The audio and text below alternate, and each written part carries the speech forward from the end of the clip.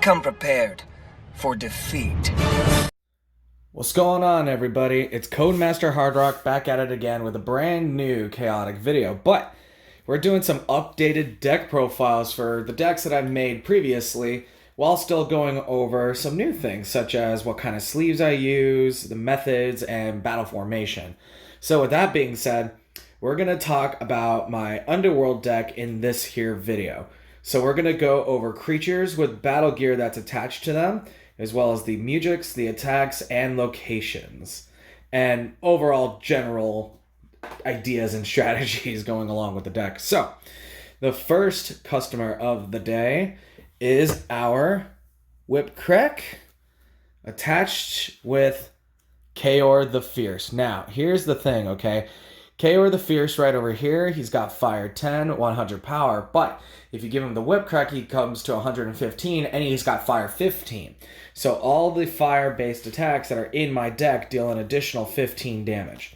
So for example, one attack that you'll see in this deck jumps from 30 to 45. Now, if you heard those numbers, you'll know exactly what attack I'm referring to, but that's neither here or there. But with that being said, though, we're going to go over a few things. First of all, Whipcrack. It's a first edition Ripple foil. It's kind of hard to see. Oh, there you go. You can sort of tell. It's kind of hard to tell with, well, you could sort of, there we go. There we go. You can see that ripple effect. First edition Ripple foil. It is on a clear, transparent sleeve with chaotic over it. And a third KMC gold standard. The gold standards are on top, as you can see, whereas the chaotics are bottom. I wanted to do this for like extra protection, plus it looks nice. With Chaor, though, 70 courage, 100 power, 35 wisdom, 40 speed, 70 energy. This is probably one of the better Chaors that I have seen personally, and I'm not trying to sound super biased or anything, but you know what? It's my Chaor. I like it. With that being said, though, with him, he's got the same sleeve setup, but instead of a chaotic sleeve, he's got a Chaor sleeve. Now, for those of you who are wondering what it looks like without the gold KMC sleeve, sorry for the camera shaking. It will look typically a lot like this, but I personally enjoy having that gold KMC over the Chaor card. Now, if you want my sleeve setup, I'll put the links down in the description below for all three of what I typically use. There's a snug MTG fit, and which is the standard size sleeves for chaotic cards as well. With that being said, though, we're going to move on from Chaor The Fierce to, you know what, I'm going to stretch over here. Bam, there we go. Make things a little easier on me. We have another Whipcrack attached to Takinom the Shadow Knight promo. Now, this is also a first edition Ripple foil. There we go. First edition Ripple foil Whipcrack. Also with the same sleeve setup. If I'm not mistaken, it is a chaotic sleeve. Yep. Standard chaotic sleeve with a Takinom Shadow Knight promo. Okay. Now, the thing about this is it's a almost perfect Takinom Shadow Knight. I wish it was a little bit better, but that's okay. She is sitting at 60 courage, 90 power, 50 wisdom, 80 speed, 70 energy, and she has one music counter. I almost forgot to mention that Chaor The Fierce does not have a music counter at all. With that being said, though, she has Strike 10, not to be confused with Invisibility Strike 10. Invisibility is a subtext of a completely different ability. Because invisibility only works on creatures without invisibility. So if they do have invisibility, does not work out. But she is able to deal an additional 10 damage with the first attack that she does in the beginning of, combat. Think of it like a visibility strike. Duh, it's the same thing. But if she tosses a Mudra counter, she could do that same thing again. And she would already have Fire 5 on top of her already pretty arguably juiced up ability. Not to mention, she's just a good fighter. And that's how I set this up, is fighters to the front, fighter/support in the middle, and direct support in the back. So we're going to put that away. Now, the next setup is the Burithean Axe with Rothar, the Forceful Negotiator. Now, the Burithean Axe, this is all my cards are first edition. I do want to point this out, though, with the Burithean Axe, it's not a rare, super, ultra, none of that. It is a strict uncommon, and you're probably wondering, well, what good is that? Here's the thing. If you have 50 power, not only do you get an extra 5 energy, making Rothar from 75 energy to 80, but he has Intimidate energy 10, which means at the beginning of combat, my opponent's energy goes down by 10. So let's say I were to go in a complete mirror match with this Rothar. He would start out with 70 energy because he would jump up to 80 thanks to the ability in that Intimidation if my opponent's got the exact same setup. But 9 times out of 10 they won't, so keep that in mind. With that being said, though, Rothar being able to knock off an extra 10 energy, not to mention he has almost every element, not to mention his stats are really, really good, actually. Sitting at 55 courage, 105 power, 60 wisdom, 55 speed, 75 energy. This is a killer copy of Rothar Forceful Negotiator. I have a very hard time finding anything to replace this guy with. If any of you guys have a card that's infinitely better than this Rothar, I want to know and I want to get in touch, okay? Now, all of them have the same sleeves set up, gold KMC, chaotic, and then skin tight. What I like to call a skin tight fit. In case you wanted to know what the backs of my cards looked like, there you go. We're going to be moving on with the next creature and battle gear setup. Now we're starting to get into the middle row. We got the Sun Chariot of Kensep attached to Lord Von Bloot. Now, Lord Von Bloot is a first edition Donna Param. I don't remember if he's Ripple Foil. Is he Ripple Foil? Does not appear to be so when I use my lighting trick. Nope, standard foil. That's okay. The Sun Chariot of Kensep. When a creature becomes engaged, it gains fire. Lord Von Bloot, in this case, would have fire and earth abilities. With Lord Von Bloot, he's got 75 courage, 105 power, 65 wisdom? Yeah, 65 wisdom and 95 speed, 70 energy, 2 magic counter. If the opposing creature's courage is less than 65, that creature loses 10 energy. That's pretty decent with Lord Von Bloot, so he's basically got an energy intimidation, but a very specific requirement for that energy intimidation. For those of you wondering, where is Servant for Ani? I'm currently not running him because this is a standard style deck, but it's not really standard. It's more restricted because there's an attack here that I've been wanting to get for a while, and I finally got it for this deck. And yeah, for those of you who are curious why, quite simply put, I don't have him. I do not have Servant of Ani / Simping for Ani, depending who you ask. And if you guys have one that you're willing to sell me or trade me or whatever, or work out some deal, let me know, because I would absolutely love to work something out. And of course, both of my sleeves are triple sleeved with the skin tights, the chaotics, and the gold KMCs. Gonna put these away. Now, right next to him, equipped with a not first edition Vial Driver, I might swap that out with a first edition because I know I have one, is Call. Now, Vial Driver gives my creature Fire 5. Call already has Fire 5, which means he would have Fire 10, just like Chaor The Fierce. Sitting at 65 courage, 105 power, 40 wisdom, 55 speed, and 50 energy. His ability states that if I could toss a Music counter, I deal 5 damage to a target creature for each creature I control on my opponent's side of the battle board. So let's say I'm about to bum rush my opponent and they only have one creature left. All five of their spaces are filled. That would deal 25 damage if I tossed a Music counter. So that's a Canon of casualty +1. For those of you who don't know, Chaotic does rules of 5s. However, you will not find single numbers in Chaotic. So 5 is like the smallest you can go. That isn't 0. So I call that a +1 on it. So with that being said, all my sleeves are tripled. The exact same setup as I said prior. Now, for the back row, I have been waiting for this card for a while. It's not the card I'm setting down, Gigantroper. No. It is Copond, High Muge of the Hearth. I have been wanting this card for such a long time, and I finally got it.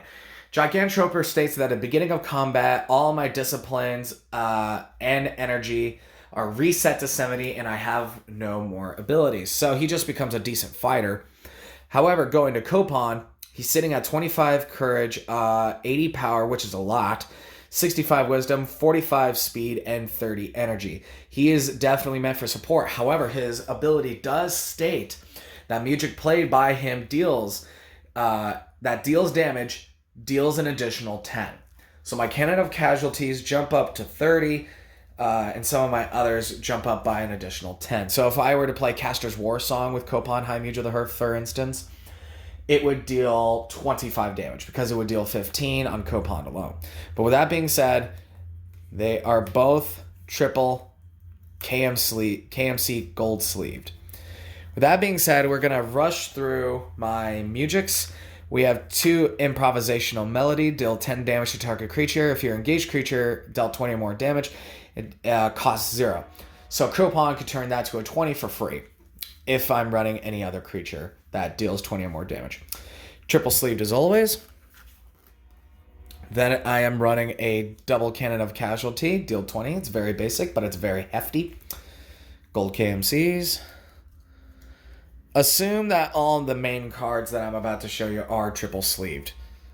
Then last but not least, we have a double Song of Revival. I think one of these might be Ripple Foil, maybe.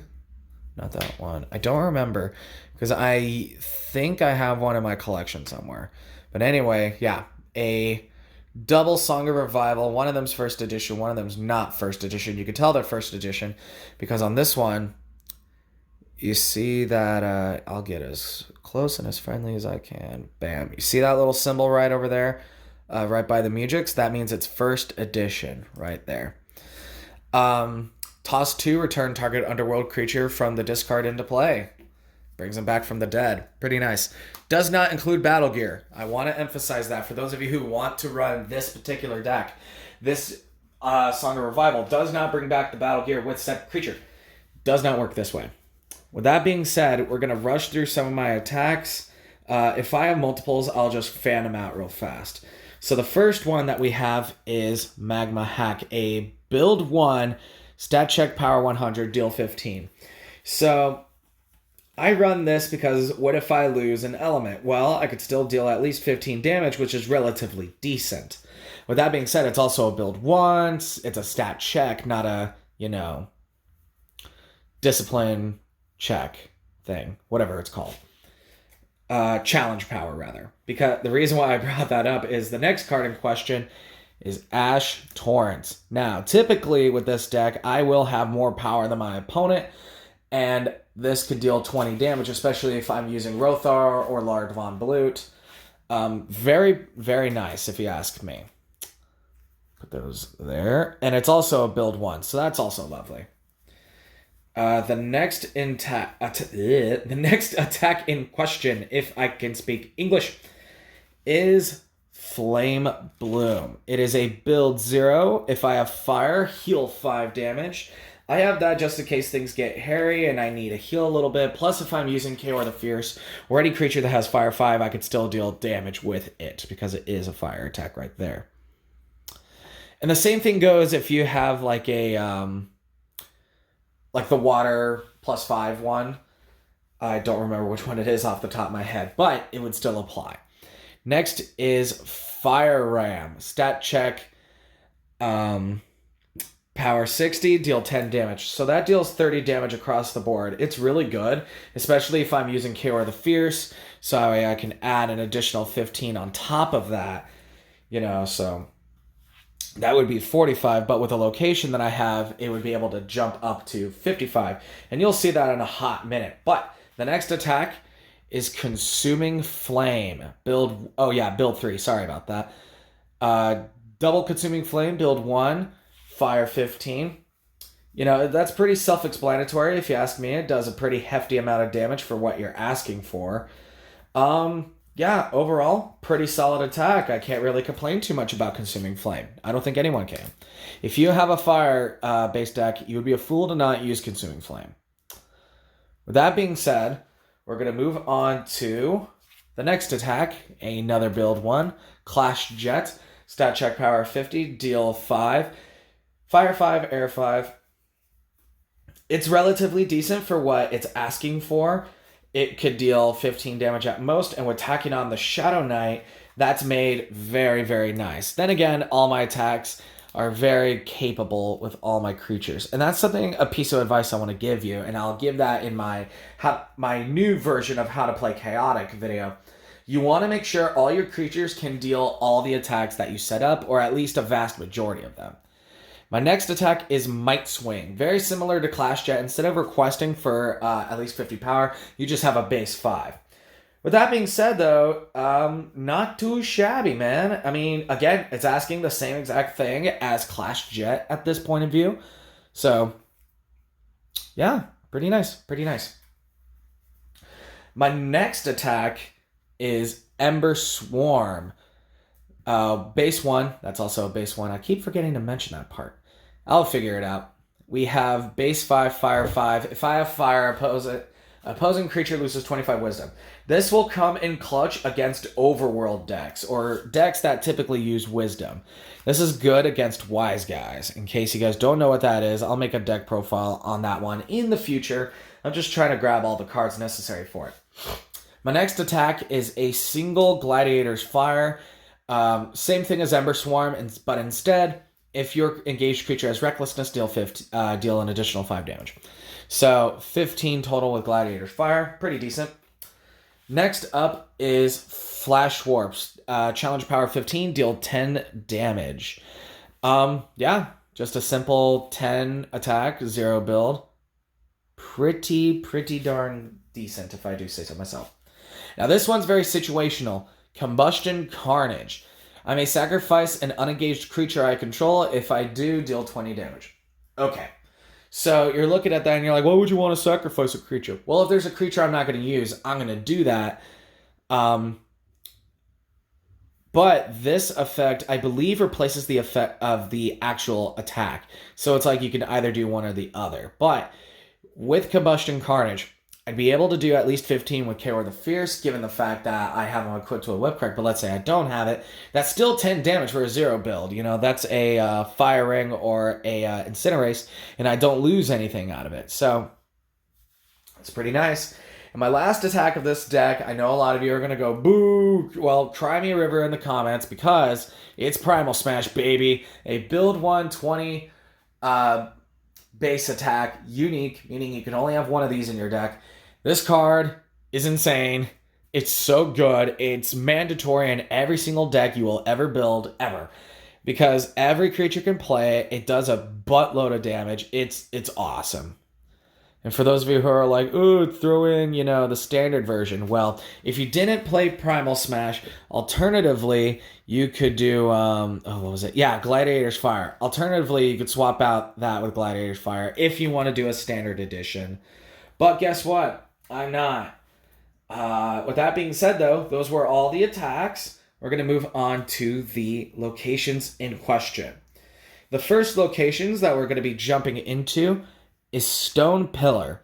Initiative Wisdom, first music card cast by any engaged underworld creature cost 1 less music. So this would mean Canon of Casualty would be free.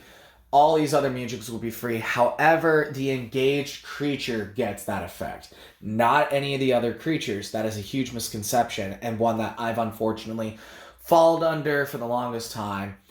And I'm kicking myself now for thinking about it. But at the same time, if that's still a free Canon of Casualty, and that's still a really cheap Song of Revival. So, there you go.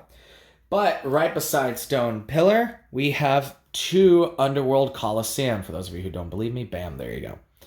2 Underworld Colosseum initiative speed. All creatures with the element type fire deal an additional 10 damage on their first attack. So, let's swap back to Chaor The Fierce for a second. Let's say I did 45 damage using Fire Ram, all that calculated. This would add an additional 10, so that would be 55. Since I dealt 55, I could do double Improvisational Melody for an additional 20, jumping that up to 70.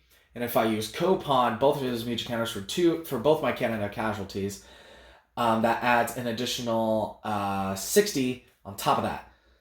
So that's over 100 damage. So just because of those facts alone, Underworld Colosseum is a beast, and it's really awesome.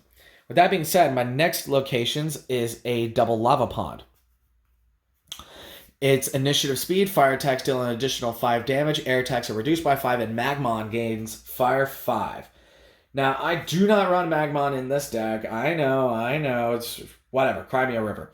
This is a fire-based deck, so it makes sense that I'd use this. Alternatively, I thought about using the pits, to juice up my power-based attacks, but I don't know. I'll think about that one in the future. But in the meantime, my next 2 locations are the Magma Dam. Initiative Air, creatures without fire have Recklessness 5. Now, supposedly this is where Chaor becomes Chaor The Fierce. Don't quote me on that, but I'm told that that's the case. But realistically speaking, I love being able to give my opponent Recklessness because they just absolutely hate it, but it's funny to me. With that being said, my last 2 locations is Underworld City, one of them being a first edition mint Ripple foil version. So nice. Initiative speed. When an Underworld creature makes an attack, that attack gains challenge power 15, deal 5 damage. So all my attacks get the same style effect, I believe, as Ash Torrent. Let me double check that number, though. Don't quote me on that. No, actually. So it would be challenge power 15, deal 10. This one's deal 5. So it's a weaker version of it, but Underworld City is so iconic, and it specifically targets Underworld creatures, or I shouldn't say targets. It just gives Underworlders an innate ability. And I think that's awesome, and yeah, that's just my bread and butter. And plus, my Underworld deck is one of the decks that I worked the absolute hardest to make. With that being said, though, that was my Underworld Firepower deck. As far as I'm aware, this will be the last version of this deck that I will be making before the relaunch of Chaotic. I'm trying to center this. There we go. About best as I can make it. With that being said, though, all my cards here are near mints to downright mints, basically untouched. Obviously they have been played. I play Chaotic in person. I also play on Recode, which, by the way, if none of you know how to play on Recode, I did a video on it a little bit ago, but I thought about doing an updated version of that with my How to Play Chaotic video and where to play it. So if you're interested in that particular video, let me know in the comments down below. Otherwise, I will catch you guys in the next video. And always remember, enter the code.